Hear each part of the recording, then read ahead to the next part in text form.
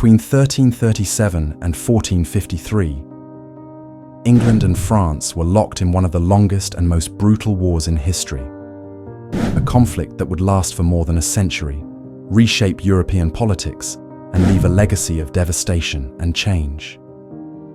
Known as the 100 Years' War, this conflict wasn't a single war, but a series of intermittent battles, truces, and peace treaties, each more bitter than the last. But what caused such a prolonged and devastating conflict between two of Europe's most powerful kingdoms? Was it simply a struggle for land and power, or was there a deeper, more complex struggle at play? In this video, we'll explore the causes, key battles, and lasting consequences of the 100 Years' War, a war that spanned generations and defined an era.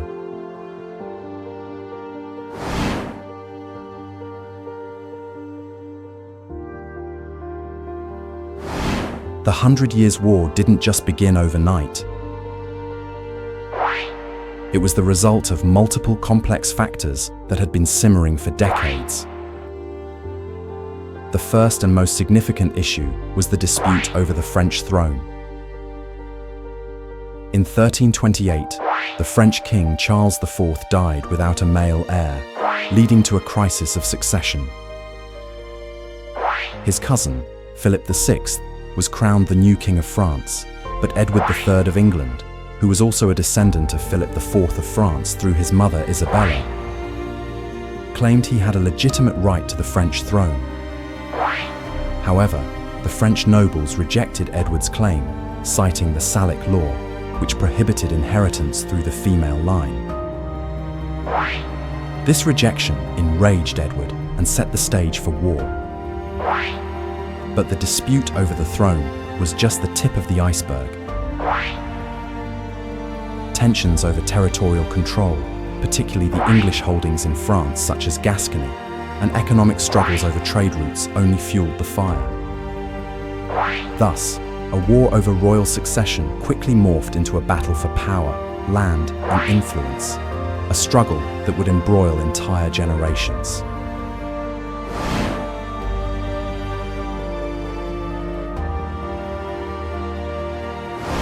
Edward III was determined to press his claim to the French throne.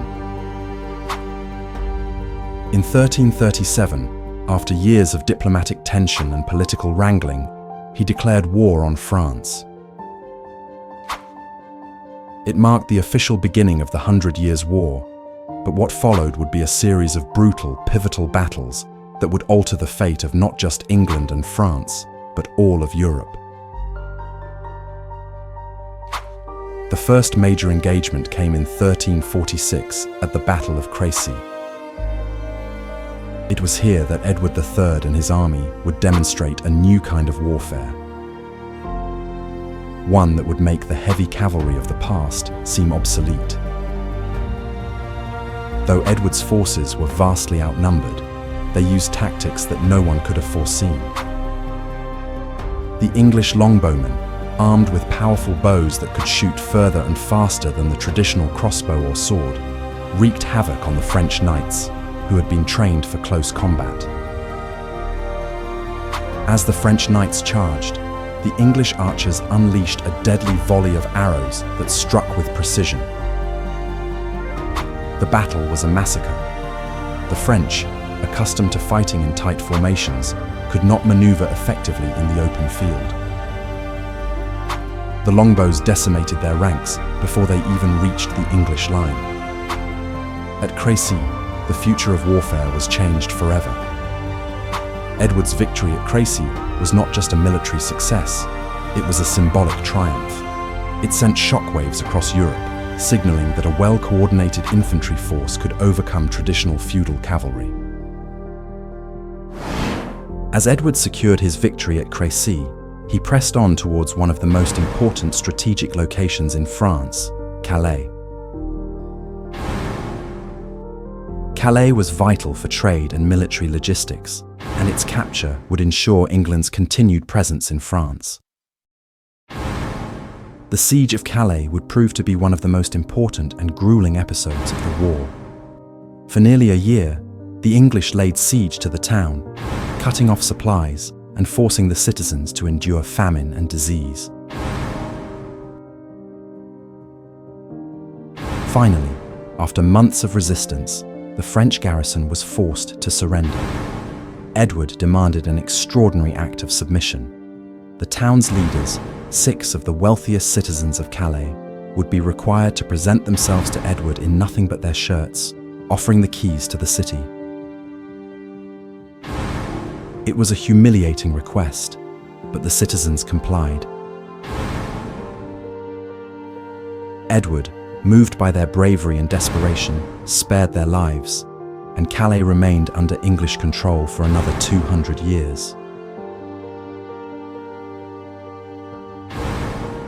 The next major battle came in 1356 at the Battle of Poitiers, which would further solidify Edward's dominance. This battle was a turning point in the conflict, for it marked the first time that a French king, John II, was captured on the battlefield. The French army, despite being larger and better equipped, was defeated in a tactical maneuver that left their king in English hands. It was a humiliating blow to the French monarchy. The capture of John II was unprecedented, and it sent shockwaves through the French nobility. The English had won a significant victory, but this was only the beginning. Edward's son, the Black Prince, was the hero of Poitiers. A ruthless and cunning military commander, he executed a brilliant tactical retreat that forced the French into a corner, where they were surrounded and ultimately defeated. The Black Prince, like his father, was becoming a symbol of military genius and English resolve.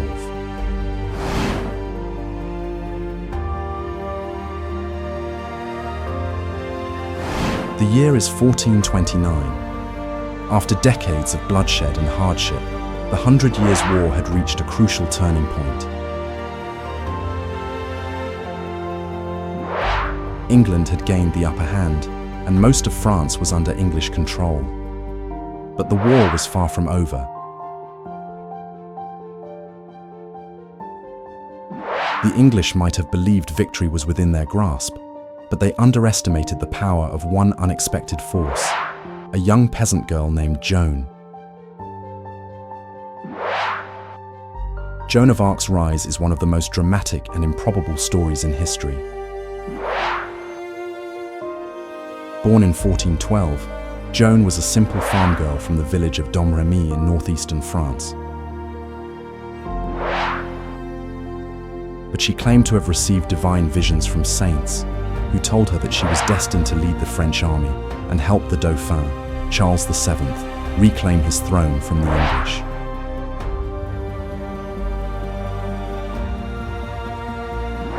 At first, no one took Joan seriously. A girl, untrained in warfare, leading an army.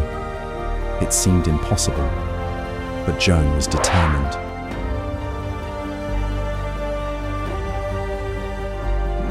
She made her way to the court of Charles VII, where, against all odds, she convinced the Dauphin of her divine mission. With the backing of the court and the support of French commanders, Joan was given command of an army to lift the siege of Orléans, a crucial stronghold that had been under English control for months.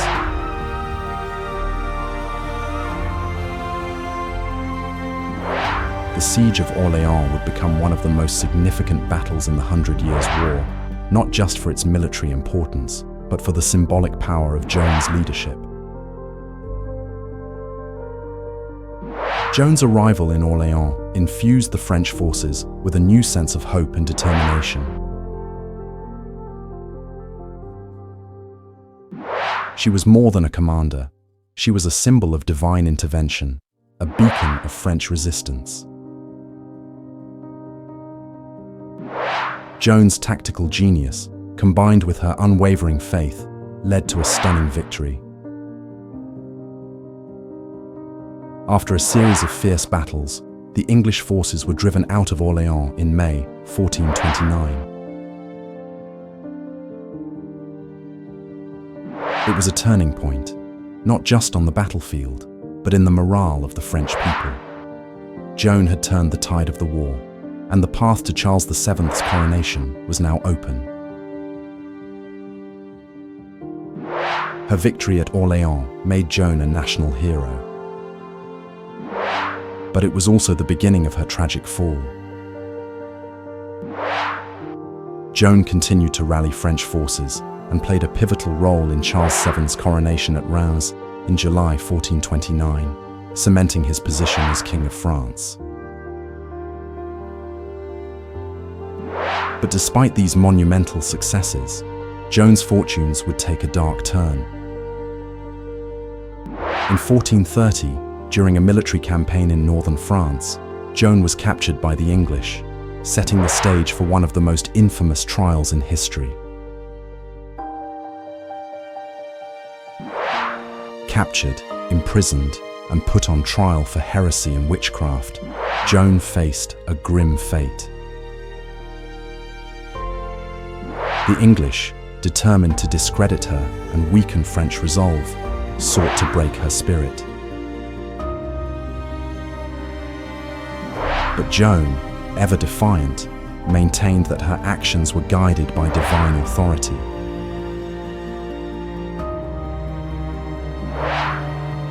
Her trial, though politically motivated, became a tragic symbol of the brutality and desperation of a war that had already cost so many lives.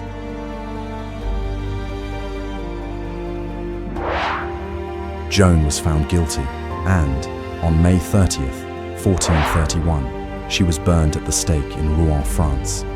She was just 19 years old. Joan of Arc's impact on the 100 Years' War is undeniable.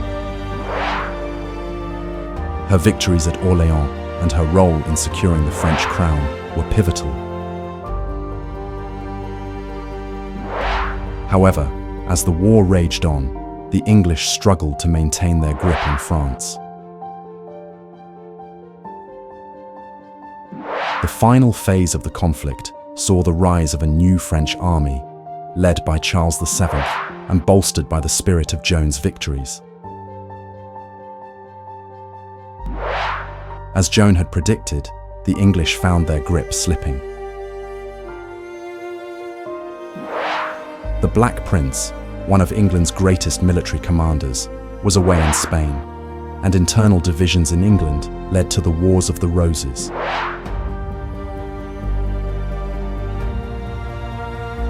On the French side, Charles VII, buoyed by Joan's triumphs and the resurgence of his army, turned the tide. The English began to lose ground, and by 1453, their forces had been driven out of most of France.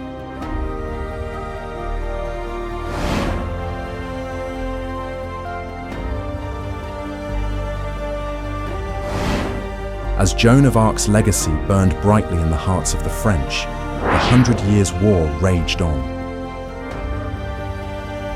Despite her death, the spirit of resistance she inspired lived on in the French army. The English, however, found themselves facing a crisis. Their military dominance over France was beginning to erode, and the political situation in England grew increasingly unstable. The Wars of the Roses, a dynastic struggle for the English throne, drained their resources and divided their forces. But it wasn't just internal strife weakening the English cause. The French, emboldened by their victories and their reinvigorated army under the leadership of Charles VII, launched a series of devastating campaigns that would bring the war to a bitter and decisive end. By 1453, the conflict that had spanned more than a century was nearing its climax. The final major battle of the war, the Battle of Castillon,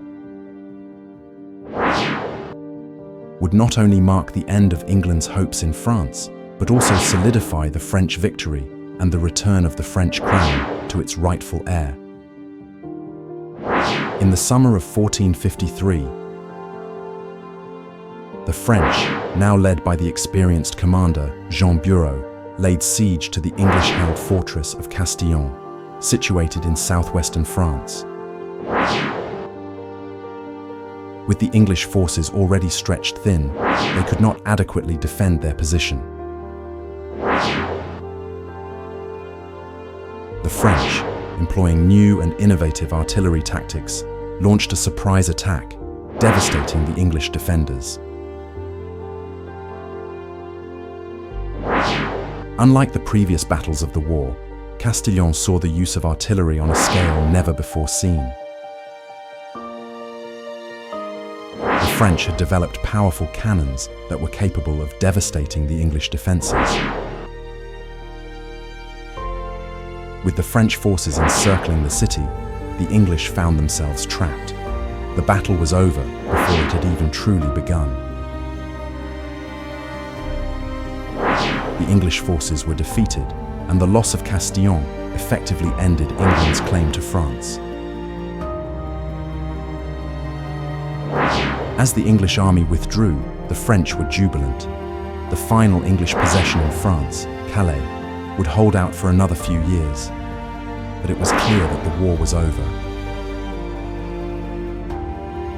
The 100 Years' War had finally come to an end, bringing an end to a century of conflict that had reshaped the course of European history.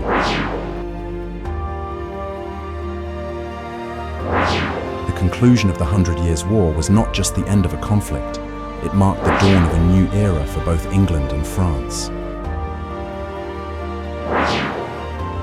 For the French, it was a triumphant moment that solidified their monarchy and heralded the rise of Charles VII as a powerful, centralized ruler. The war had drained France's resources, but with victory, they were now poised to rebuild their nation and assert their authority over the kingdom. For England, the defeat in France was a bitter blow. Their long-standing ambition to control French territories was dashed, and they now faced significant internal upheaval. The English crown, weakened by the loss of its possessions in France, was further destabilized by the Wars of the Roses. A civil war that erupted between two rival factions within the royal family, the House of Lancaster and the House of York. Yet, despite their loss, the English had gained something from the 100 Years' War. The war had ignited social and military changes within England. The rise of the longbow, which had proved so effective in battles like Crécy and Poitiers, changed the nature of warfare, shifting power away from the heavily armored knights and toward the common soldiers. The English were forced to adapt to new military tactics, and the war set the stage for the evolution of English society and governance in the years to come. The impact of the 100 Years' War was not limited to the battlefield. The war's toll on both nations was immense. Millions of lives lost, towns and villages destroyed, economies ruined. Yet, it also paved the way for political change, including the eventual rise of centralized monarchies in both France and England. The long, bloody conflict ultimately led to the formation of two powerful nations, each of which would shape the future of Europe and the world in the centuries that followed. France, though battered and broken, emerged from the war with a stronger sense of national identity. England, on the other hand, would be forced to look inward and rebuild, as the crown's power was now severely tested by internal strife.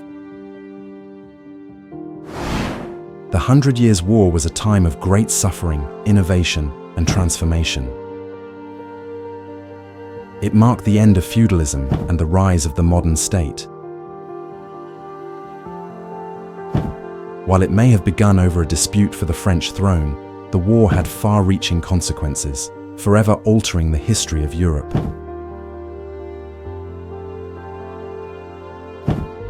From military innovations like the longbow and the rise of centralized armies to the influence of iconic figures like Joan of Arc, the 100 Years' War changed the course of history. It was a brutal and costly conflict, but it also laid the groundwork for the modern political landscape that would follow. Thank you for joining us as we explored this century-long conflict. If you enjoyed this video, please like, subscribe, and share your thoughts in the comments below. We'd love to hear your perspective on how this war shaped the world we live in today.